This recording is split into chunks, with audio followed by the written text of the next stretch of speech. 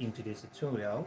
It's going to be a continuation of the course ECE, all right, 211, and today we're going to be talking about language acquisition.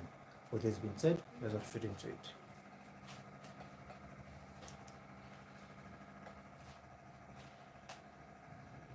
Okay, so we have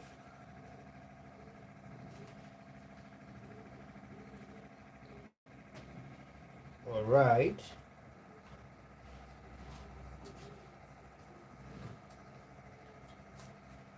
We have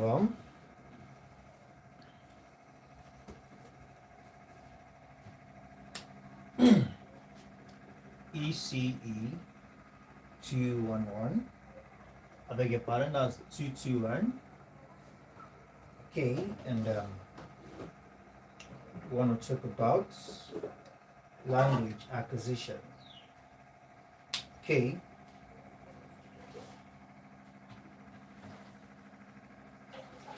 Now,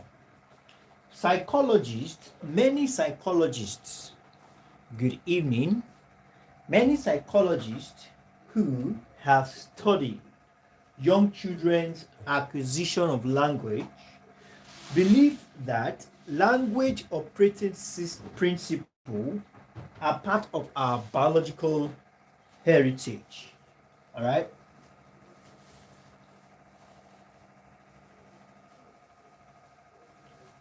Psychologist believes that language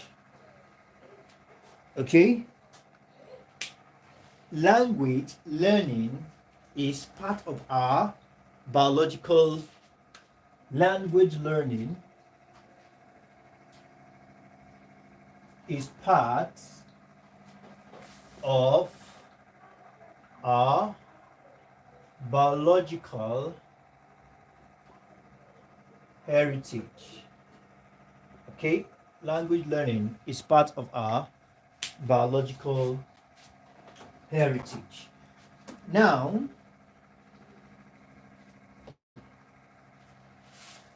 they assert that children are born with a mechanism or device that is capable of processing all language sound around them.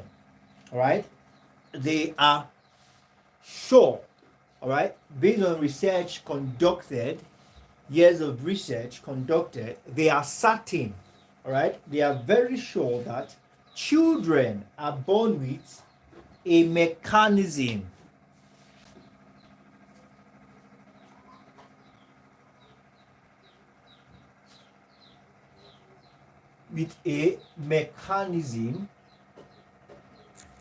this mechanism, all right, or device is capable of processing all the language sound around them. Mechanism capable of processing all language sound around children. All right, it is believed by psychologists, all right, that children are born with this mechanism or device. Now, according to them, they agree that the innate mechanism is called language acquisition device. All right, the innate mechanism is called language acquisition device, LAT.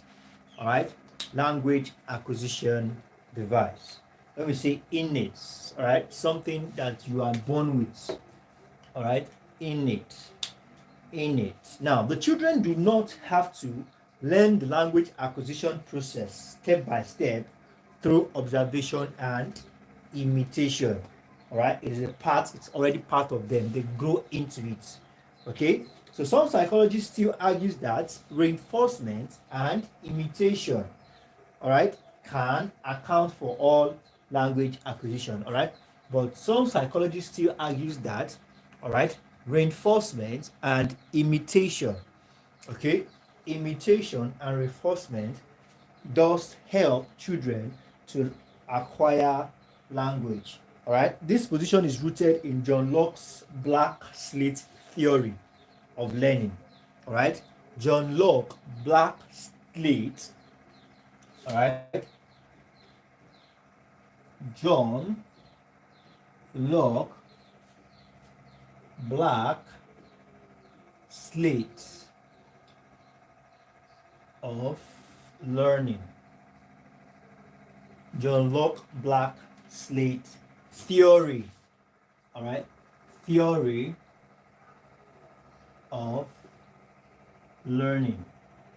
Okay, John Locke black slate theory of learning. All right, the argument that says reinforcement and imitation does account for all language acquisition is rooted in the John Locke's black slate. All right, John Locke's black slate, okay, for theory of learning. This argued that adults provide the language model and children learn by listening and imitating them. All right, according to this black slate theory of John Locke, he said that adults provide, all right, the language model and children learn by listening and imitating them. Okay, so we have that as that. Now, positive reinforcement from those same adults, okay, positive reinforcement from those same adults encourages children. All right, this reinforcement encourages children, all right, to continue their development. All right, John Locke here is saying that without the imitation and no, without the language model presented by the adults, like the mother, the father, the siblings of the baby or the growing child, that the growing child will not learn language. All right, that the growing child learns from what the adults, all right, around him or her does. All right, that every activity that has to do with speaking, communication, sounds that they make around the child, that the child pick up language sounds and learn, all right, picks up language sounds, imitates, all right, language sounds and learn consistently, all right, until the child can actually speak. All right, so according to him, he said positive reinforcements from those same adults encourage children. Positive reinforcement encourages what? Children, all right, to continue their development. Okay, now we have that as that. Now the biological view of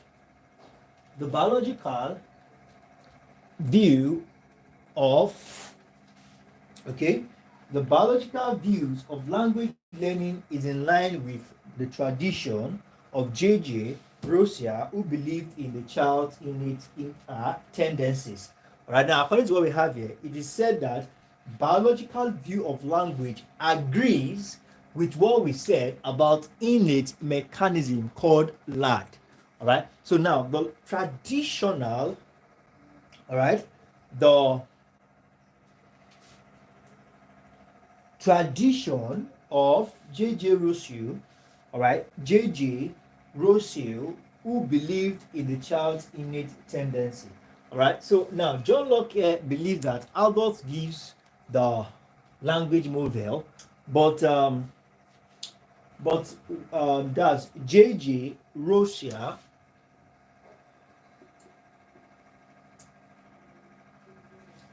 okay, that's U before the S.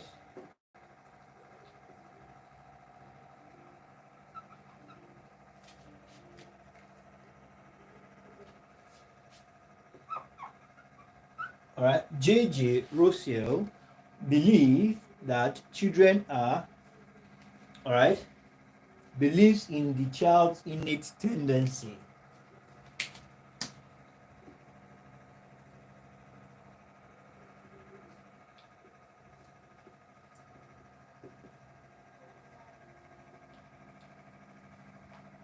All all right, believes in the child innate tendency. Okay. Now, they argue that children observe their social environment, then begin to understand how language works. All right, that is according to the tradition. All right, the okay biological view of language learning is in line with the tradition of J.J. Rousseau, who believed, all right, that children, all right, believes in children's innate tendency. Now, J.J. Rousseau argues that children observe their social environment, all right, then begin to understand how language works. Okay, children learn from their social environment, right? They observe, then learn thereafter. Now, they argue that while children need to hear language in order to understand it, adult instruction are not essential, all right? Because a child's cognitive maturation will lead naturally, all right? Will lead naturally to language functioning. So according to Rousseau now, so Rousseau believed that the adult input, all right, adult language model is not so essential. All right, adult language model is not so essential in the learning, all right, of the language for a child. All right. Now, according to Rousseau, Rousseau argues that children, all right, need to hear, right? Children need to hear language in order to understand it. All right. Children need to hear before they can understand. Adult instruction are not essential. Why? Because there is an innate functioning, all right, innate mechanism called the LAD, all right, that helps children to observe its environment and learn, all right, from it. Okay. Now, those who hold these views are known as maturationist, all right. Maturationist beliefs, which are Rousseau happens to be one of them. Maturationists, all right, maturationist and constructivists, all right, constructivists, maturationist and constructivists. Now, these are two different psychologies, groups of different psychologies that hold different beliefs about the language acquisition of a child. Okay, now the maturationist believes that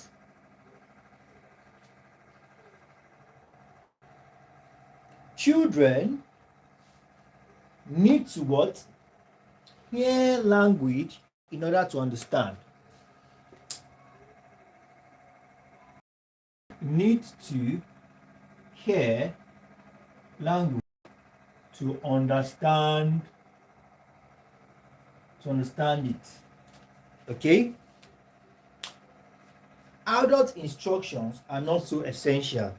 According to them, adult instruction are not so essential.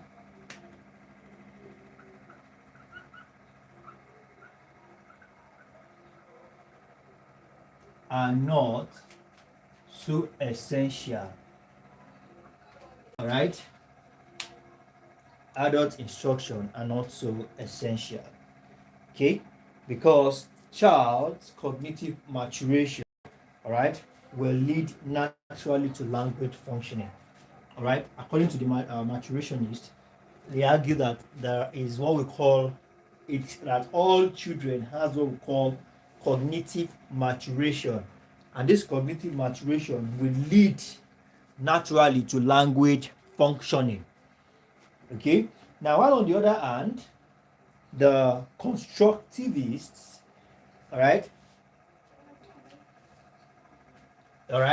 the constructivist believes that language is both genetically determined and environmentally influenced.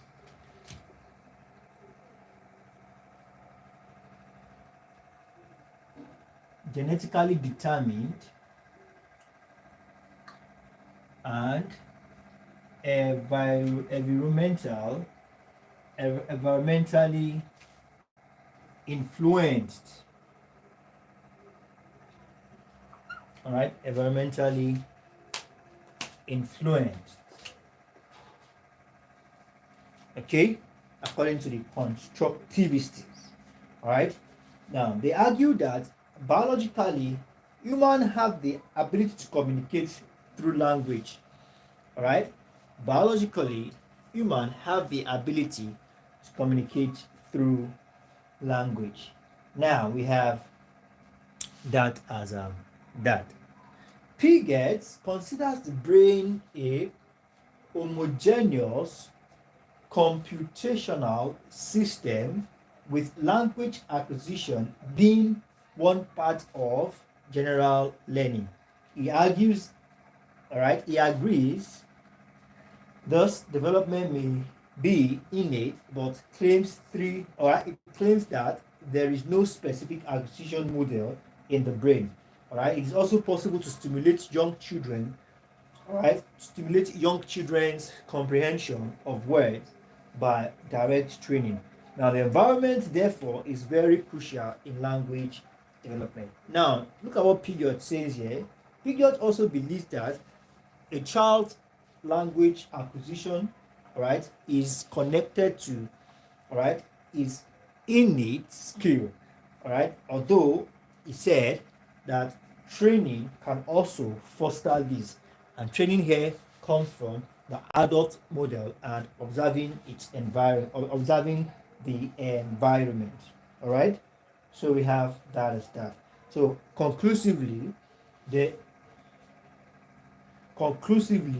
environment therefore is very crucial in language development, and that is why, all right, I think that explains why a child in Kano, all right, this is why a child growing up in Kano speak Hausa, while the same child, if brought up in Ibadan, would speak Yoruba, or if brought up, all right, somewhere else, we speak the language, all right, they speak in that territory. Okay, so that's how it is. Basically, the environment therefore is very crucial in the learning development of a child. Okay, so with this being said, let's continue, let's progress. Let's look at the processes of language acquisition.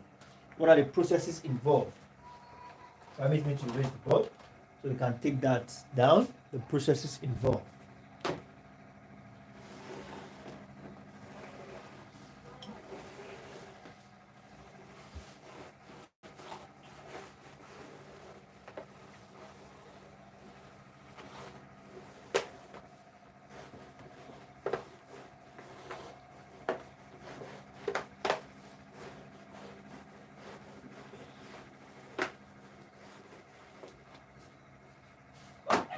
Now, we have the processes involved.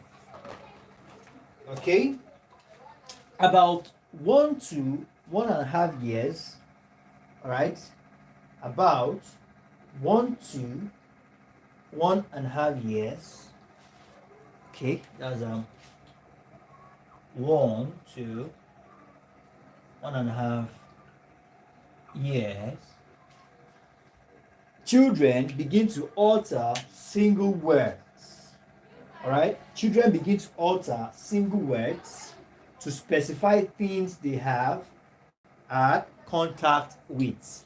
All right, children begin to specify. All right, children begin to alter single words. Alter single words. Children begin to alter single words. Okay, that refers to specific things, all right, they have had contact with. Now, between 1.5 to 2.5 years, I'm talking about the processes now, all right, processes. All right, so about 1.5 to 2.5 years. By now, all right, children start to combine single words into two utterances, right? Combination of single words into utterances. Combination of single words into utterances. All right, combination of single words into utterances. So we have children also learn to use certain morphemes. All right, now when we say morphemes, we're simply talking about internal structure and formation of words. All right, children also learn to use certain morphemes that are critical for making sentence grammatically. All right, what I would say here at this stage, all right, the language acquisition process is better compared to the first 1 to 1.5 years. All right, okay, so now we have that as that. Now you need to understand the fact that language, all right, is what is a prerequisite. All right, language is a prerequisite, a preparation, a prerequisite to establishing, understanding, and cooperating at all levels of social relationship. And what are we saying in essence? Social relationship, all right, is all about, all right, you communicating, humans communicating with humans, human working hand in hand, whether in the family, in the society, or the place of work, whatever it is it might be, the relationship among humans occupying a particular territory, right? And there's this important key that ensures this social relationship, which is language, all right? You know, if you are in a place and you don't speak their language, you become an excommunicanto, all right? What do we mean by an excommunicanto? When they are communicating with you, you can't understand what they are saying, and if you talk, they can't understand you, all right? And majority speaks a different language, and you just be excommunicated, all right? That's what I mean by excommunicanto, all right? But the essence of language is highly important, all right, when it comes to social relationship. Now, it is very important, all right? It is a very important factor in overall development of a child's personality, right? Language acquisition is a very important factor in the overall development of a child's personality. All right, so we have that as that. Okay, now perhaps we need to understand the fact that the basis of communication is that two people are talking about the same subject and two of them are being influenced by what the other person says about the subject. However, Jane Piaget, a developmental psychologist, right? Jane Piaget,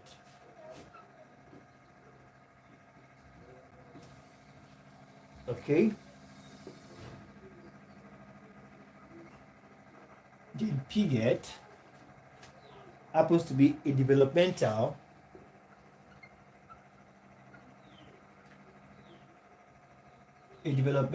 psychologist,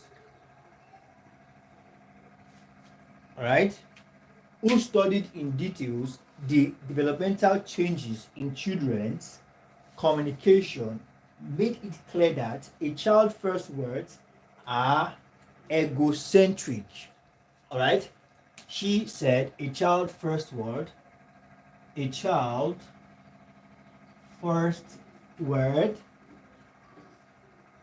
or words are egocentric. All right, when we say egocentric, it's all about the child, my, me. All right, egocentric.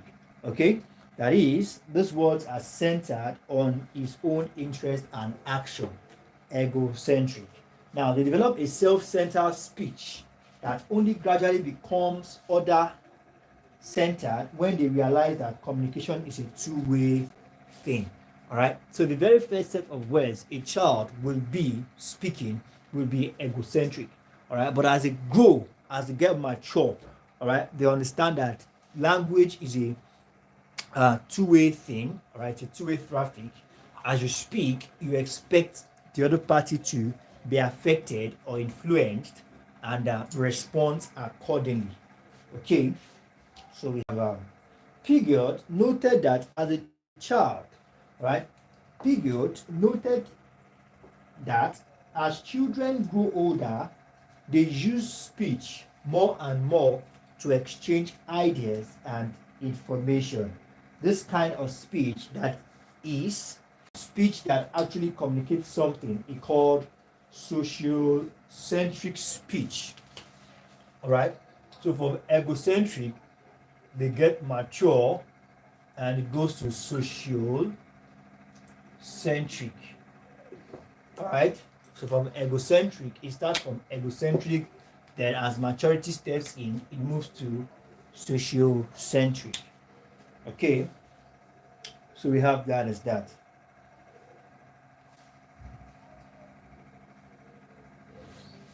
Now, the very first step in this transition is when children start to understand something, all right, adults say to them, even if they are unable to communicate themselves.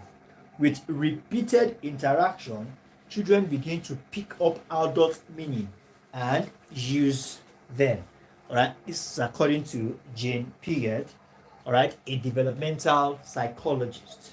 Okay, now a Russian psychologist, A.R. Luria, performed an experiment with some children, all right, to demonstrate how this works. All right, now what are we saying here? Now, as they start with the use of words, right, it's agreed that these words are actually egocentric. So gradually, as they get mature, all right, then it moves to what we call sociocentric. Now, in this view, a Russian psychologist, that's A.R. Luria, A.R. Luria, also made an experiment, all right, as a Russian psychologist performed an experiment with some children to demonstrate how this works. He showed the children a red light and a green light and instructed them to press a rubber ball when the red light comes on, but not to press it when the green light comes on. Now, children's natural tendency, all right, children's natural tendency to, all right, is to press the ball anytime a light comes on. Now, this experiment demonstrates that children can use language to regulate and control their action. Now, look at what it says here. Let me take us back a little bit. Now, it says here, the very first step in the transition process begins with when children start to understand something of what adults says to them, even if they are unable to communicate themselves. All right. So now, L'Oreal has proven this fact that based on these instructions that adults gives children, all right, it can, all right, deter, all right, it can deter or reinforce their action. Okay, it says here that children's natural tendency is to press the bulb anytime light comes on. This experiment simply, all right, showcase the fact that language can regulate and control children's action. All right, regulate